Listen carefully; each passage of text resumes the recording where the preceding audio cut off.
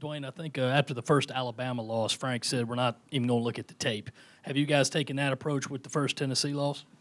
Um, I think that's a different dynamic because that game we kind of just didn't come out to play when it came to the Alabama game, and it's just something that we want to forget about. But in terms of Tennessee, I think that we competed, we sold ourselves short, but we're going to do a good job today of watching film and preparing ourselves in practice to capitalize on the mistakes that we made.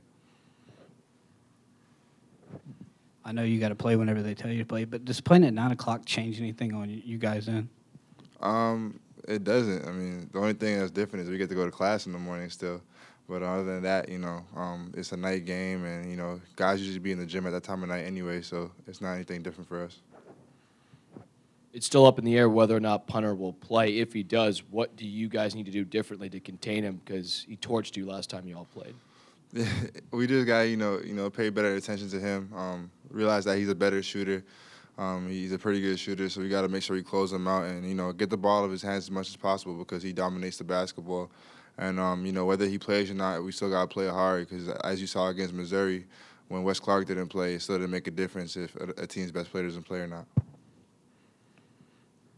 Duane, with the struggles that you guys have had at times on the road, how crucial has the home court advantage been for you guys, knowing that you're 15 games here at the CLA, you've only dropped one? Yeah, it's very big for us, to know that we have a support system and our fans that believe in us, and, we like it, and we're thankful for the fact that the fans come and support us, and, in close games, especially the ones that we had in overtime against Florida, hearing the fans just, get up out their seats and cheer for us gives the momentum we need to finish the game out. So playing at home is definitely better than playing away. Duane, are you guys starting to talk about situations, with all the bracketologies out there? Everybody seems to say that you're pretty much a lock, but are you guys discussing that among these Final Four games? We haven't discussed it. In terms of, our main goal right now is to maintain and kind of lock in that we get the double bye for the SEC tournament. Other than that, individually, I know guys on Saturday, saw Kentucky lose to Texas A&M, and we kind of spoke about that, and then we saw LSU lose. So we kind of spoke about, we still have the dream and the goal to obtain of winning the SEC season. So that's still up in the air for play. But in terms of the bracketology for, the March Madness tournament, we haven't spoke about that.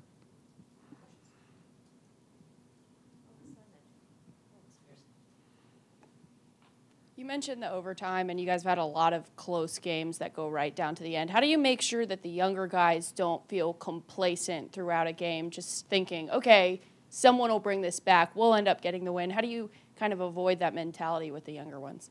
I think that, we have a greater understanding from top to bottom on the team that, any team in this league can play. So whether we're up by 10 or 20 points, especially in the first half, like we were against Florida, then it doesn't matter about the lead or the margin because it can be taken away, especially when you're playing against a team that's historically great, like Florida was. So I know that our freshmen and our upperclassmen both understand the importance of keeping a lead, or if we're down, to maintain that composure to kind of chip away at the lead. Duane, you talked about Saturday paying attention to some of the other teams in your league and what they're doing. Obvious you would do that because of the race you're in. Does it give you more confidence that you bounce back against Florida, you see the prize in sight, and is it a driving force for this team with 2 weeks to go, giving you that extra boost, say, hey, let's go claim it? Yeah, dropping the game against Missouri, we kind of felt like we left ourselves down and put ourselves in a tough position and kind of dug ourselves a deeper hole after losing to Kentucky. But, after we were able to bounce back against Florida, and then, like you mentioned, watching those two games, seeing those two top teams lose, it definitely gives motivation.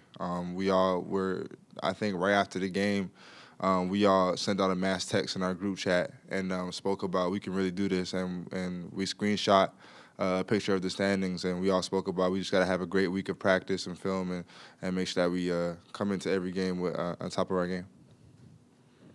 Duane, you guys have gone through offensive lulls during this season. At Florida, that they had the big run. When you're in a phase like that, you just can't get something to go. How do you break it, especially being known as the team's best shooter? Last game we had a game plan trying to get the ball inside, and I think we're trying to do that for the rest of the season because that's our identity, to play inside out. So, when shots aren't falling, I feel like against Florida, a lot of guys were taking threes, myself included. We got to get the ball back inside, put pressure on the other team when it comes to fouls and attack them so we can get to the free throw line. But, playing through our bigs is our greatest strategy, and I feel like, when we're struggling offensively, we get away from doing that.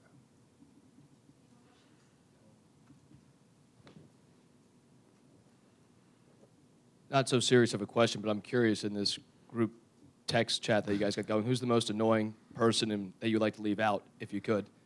I don't think anybody's annoying to leave out. I would say that you have some guys who don't respond, which is funny because you'd be in the same room with them and it'd be nice if you could just put something in there. But in terms of being annoying, I don't think anybody's annoying.